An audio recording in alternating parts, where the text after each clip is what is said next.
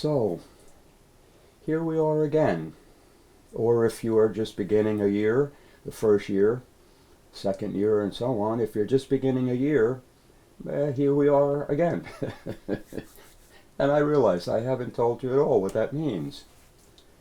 What this hopefully brief, that'll be a miracle, introduction to the lessons this month will be a description of how I came to know that I needed to give you these lessons and in a sense why it's taken me some 30 years to get what I'm about to give you. When I look back, the pieces were right in front of me all the time. The pieces of what? The pieces of what I was missing when I was teaching emergence. There is a natural best order to teach things in emergence. And despite my urgings to do things, for instance, when you look at the drawings, just look at the shapes and lines and colors and so on, don't look at the words. I realize that I've done a rather poor job at getting you to be able to do that. It's a skill. I've just been asking you to do something that I have been doing but have never taught you how to do. And for that I apologize. So what will we be learning in this month? Well, first of all, the title of this month's lessons is, I'm calling it the Foundation Month. And in this month I will help you, hopefully, to reclaim your love of learning. What does that mean? Well, when you think about, no matter what I call it, homework, assignments, writing that you have to do each month and so on, I know that all of that causes stress. And I have wrongly been trying to get you to see that it's worth it. But it is worth it. And it's not wrong. But I have been wrongly trying to get you to overlook something that goes against human nature. At least after about age 3. The good news is that this thing is in every human being the moment they're born, and this ability, this skill, is in babies through their first, second, and most of their third year of life, maybe up through some of the fourth. This ability, the ability to love learning, not the ability to learn. You can learn. You have been learning. You'll continue to learn. If you see the value in this, you'll continue to teach others to learn these things about their nature, and in doing so change their lives. What a gift. But how? Well, we are going to talk about 4 things this month. And I'm going to briefly list them, and that's the end of this talk. Briefly. Ha ha. Yeah, I know.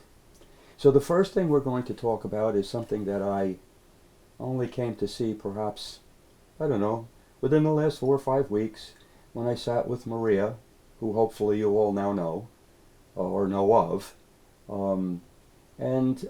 She and I were talking, and she asked me a question. What is responsibility? Oh my goodness. And I wrote about it, what I think clearly, in a couple of pages in the second book, in the Understanding Human Nature book, personality book. But oh my goodness, responsibility, and it's less than 2 pages. It's so dense, even it breaks my brain when I think about it. But there's something important about that. You see, when I think about those 2 pages, I can picture the left page being a full page and the right page being a little more than a half page. I can picture that. But the truth is I can't recall most of what I wrote. So how can I teach that? Well, this is what we're going to do this month. This is what we're going to learn to do. This is going to be under all 4 lessons, but this is going to be something that we do, I get you to see in the first lesson. How can I possibly teach what is on that 1.5 pages, whatever, when I can't remember it And then the odd thing, how can I picture um, the left page being a full page and the right page being a little more than a half? How can I picture that? Why am I not even worried about not knowing the words? Okay, so the first thing that we're going to look at in the first lesson addresses this at the beginning of it, your first look at it, and we're going to look at memory. Because when you think about it, every single time you are asked to learn something in school, no matter what the school, after about second grade, what you're being asked to learn, certainly by third grade, what you're being asked to learn is you're really asked to memorize information, single points, one at a time, a piece at a time, right? And then the test for learning is if you can recall what you memorized. Recalling memorized information is the basis of all schools from about second or third grade on, and then continuing through the rest of your life. Every one of you suffers from this burden that you think that you have to memorize the things that I am talking to you about. Yet a moment ago I told you, here's my work. I wrote it. I made the discoveries, right? It's my book. And I remember that page and a half taking me some 2 weeks to figure out on a big 3x4 foot, one of those kind of presentation pads on my living room floor, and diagramming and writing and reading all these books on philosophy. And then it boiled down to a page and a half. Holy cow. And it's a page and a half that I can't remember other than what it looks like. Now comes the other kind of learning, which I am going to introduce you to in the Foundation Month. The month in which you learn how to learn emergence. How to. And how not to. How it cannot be done. Not because you're not smart enough, or because you're not making enough effort, or putting in enough time. It is because it is not possible, because it is not even learning. It should not be called learning. Memorizing things is not learning. Being able to recall memorized things does not mean that you have learned something. It means that you have developed your ability to remember single points and spit them out for a test, after which within days or weeks you forget it all, or most of it. That's not learning. What does it mean for all the degrees that you get in school? Oh my God. Years ago I saw a lecture given by a priest who was sober 25 years, and he talked specifically about teaching, learning to help people with addictions, with alcoholism. And he said the therapists that have some talent, natural talent, go to school and they come out with a little bit more than what they know.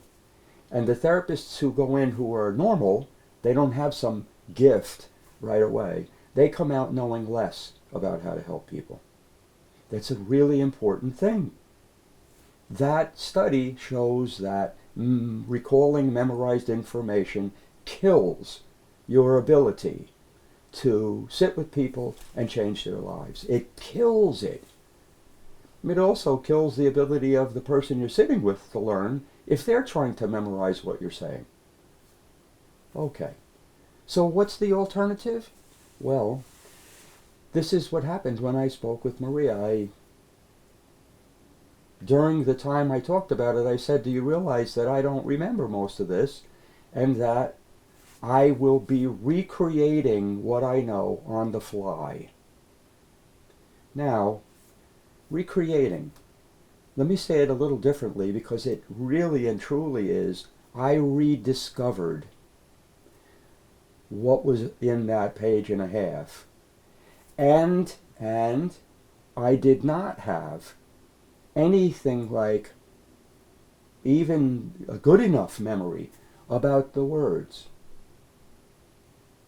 So let me show you what I mean. I mean by this that when we spoke about responsibility, I remembered that page and a half, which was roughly titled something like, you hear all that iffiness, right? But I know the gist of it was, what is responsibility? Now, the next thing I know, and I'm rediscovering this as I tell you, I am not remembering. I am not struggling. I feel like a 2-year-old trying to rediscover how to put the right blocks in the right holes. It's not memory. If it was memory, you would see them. It would look different when a baby did that. Now, somebody could say to me, it's body memory. There's some truth to that. But the body doesn't memorize things. So body memory, that's really a part of this. But the body does not memorize things.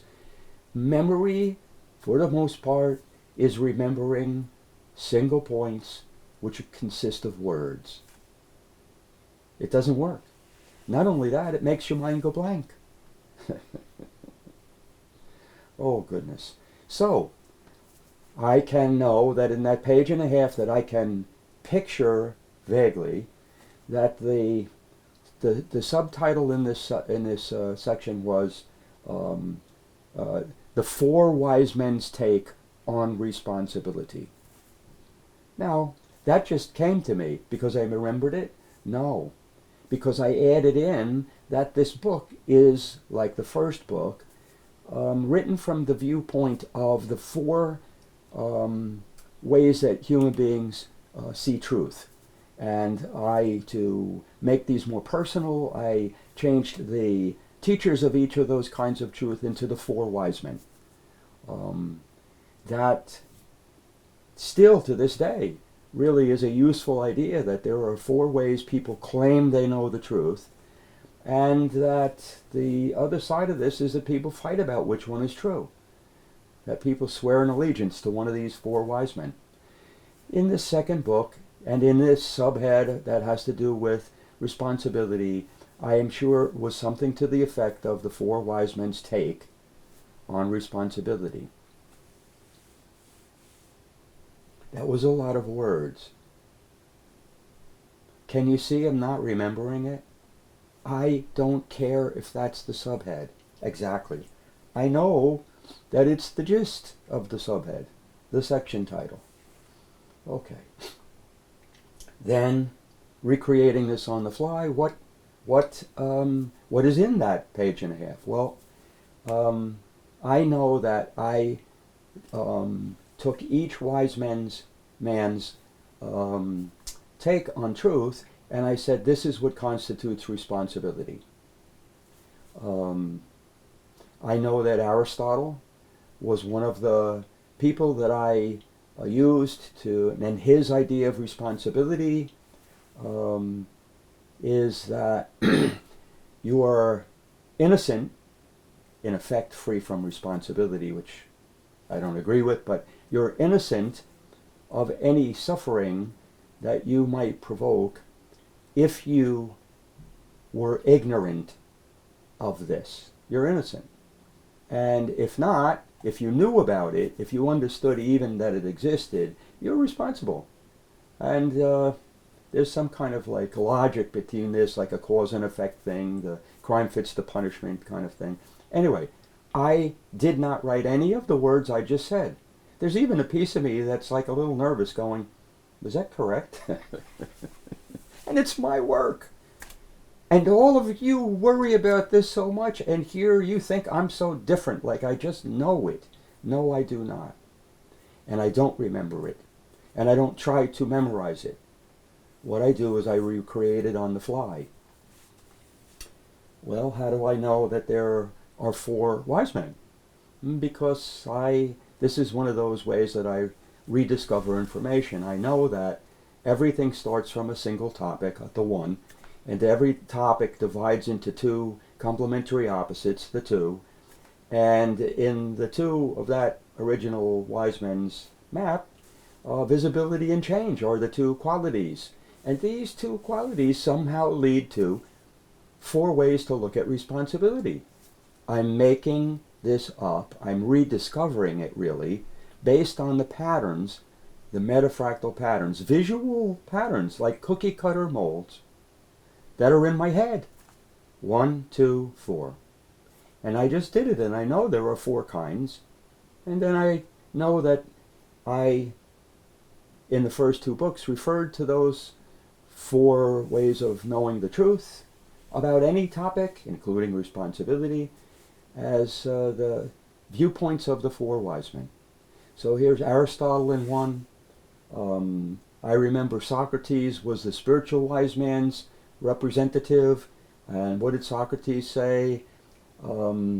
He said that no one does evil if they know the good.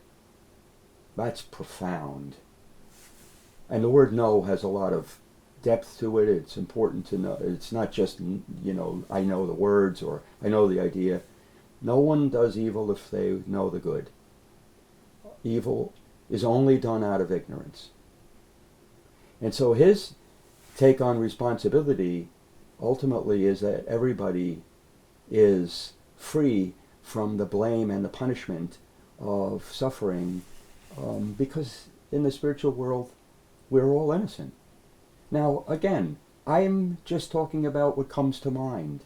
I'm not remembering. I'm not. I've had several urges to use the word remembering or remember or whatever as I speak, because it's in me to have that same false idea of learning.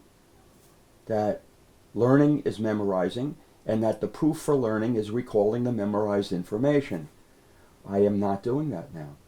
I have no idea how many mistakes I've made. If you look at the thing, it's not mistakes, but it is inaccuracies word-wise.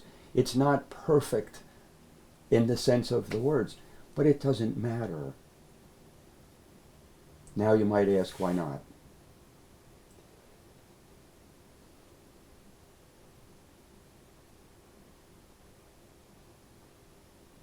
This is hard. Right now I am feeling so inadequate about trying to give you something that's been inside me for decades and came from close to 11 years of suffering, sitting meditation, and having an aha. That aha, something about the nature of startles, has led to more than 2 decades of discoveries. But along the way, I wanted to understand how to teach this, and so I began to make discoveries about how you discover things. I wrote a book, The Science of Discovery. And in it, it has the patterns that I picture in my mind when I am making discoveries. It's not an easy read. Like, none of my books are easy reads. They're really textbooks. They're not popular book reading. I doubt they'll ever be popular because it takes so much work. But reading the books should come second, maybe third. What should come first? You should have a drawing. And the drawing, you should know how to read the drawing. And the drawing should be made in a sequence of drawings where the drawing has no words on it to begin with, and the words come last, and the drawing comes first. So, rediscovering as the true learning. This is based in, you learn a few patterns, fractal patterns, that hold true for all of what human beings can experience. Every kind of thing we can learn can fit into some variation of these little muffin tins. And the ingredients that go in there, well, they don't even have to be muffins. They could be Jell-O or pudding or collections of marbles. A cookie tin. Boy, it can organize a lot of things. And this is what I do every time I sit with you. I organize what I'm going to say as I do it. I never write down what I'm going to say. I never know. I don't make these videos and then edit them where the parts are, there were bad parts and whatever. No, I just talk. What's there is there. My inadequate ways of saying things at times, so what? I'm a human being, and that is being human. There's no perfection in being human, and I don't aspire to that. I have, for the second half of my life, aspired to be a human being. Being on the autism spectrum meant the first half of my life I aspired to be a machine. Somebody who had that kind of perfect recall. No, it doesn't happen. So here it is, the end of this mildly brief talk on what we're going to do this month, the Foundation Month. We are going to work on you rediscovering how you learned when you were born and up through maybe 3 or 3.5 years old. Mostly wordless learning. Wordless. That's important. No words. In the second year, somebody might say, wait, babies have words. No. You're going to learn that they have word sounds. That's not the same as words. Already there's a lot. Holy cow. So what are we going to do? We are going to use this idea of rediscovery, as opposed to memorizing, to help you to rediscover how to learn all this stuff in the Emergence University. You're going to rediscover it with me, because this is something I'm doing as you do it. I'm only half a step behind you every month trying to figure this out. A lot of pressure on me, just as there's a lot of pressure on you. We're in this together, even if we are sitting opposite each other in our desks. So what? You are no different than me. And all I'm trying to help you to do is to be able to rediscover on the fly whatever it is you need to change a life. And those lives include yours, your own lives. And with that, I'm out of here. And hopefully you are too.